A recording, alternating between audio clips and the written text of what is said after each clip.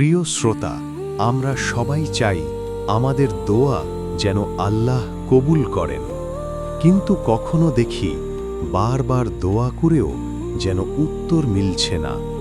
কেন এমন হয়? চলুন জেনে নেই দোয়া কবুল না হওয়ার কিছু কারণ। ১. হারাম আয় ও হারাম খাদ্য।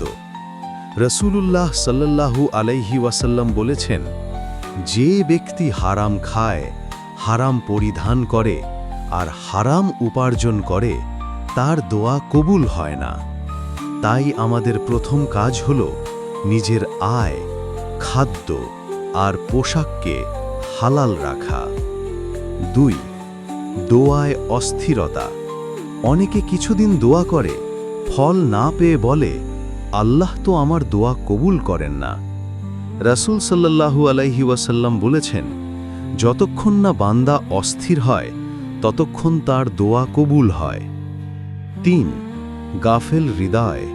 যখন দোয়া করি মন যদি অন্য কোথাও থাকে, তাহলে সেই দোয়ায় আত্মা থাকে না। রাসূল সাল্লাল্লাহু আলাইহি ওয়াসাল্লাম বলেছেন, তোমরা আল্লাহর কাছে দোয়া করো, কিন্তু নিশ্চিত হও যে তোমাদের মনোযোগ থাকবে। ৪. অন্যের প্রতি জুলুম। যে অন্যের অধিকার নষ্ট করে, সে যত দোয়া করুক তার দোয়া আকাশে পৌঁছায় না। আল্লাহ জালিমদের দোয়া কবুল করেন না। ৫. পাপের উপর স্থির থাকা। যে নিজের গুনাহ থেকে ফিরে আসে না, তাওবা করে না, তার দোয়া বন্ধ থাকে।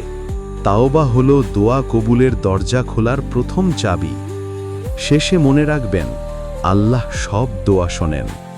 কখনো তিনি সঙ্গে সঙ্গে দেন, কখনো দেরি করেন কল্যাণের জন্য, আর কখনো তিনি আমাদের জন্য আরও ভালো কিছু রাখেন।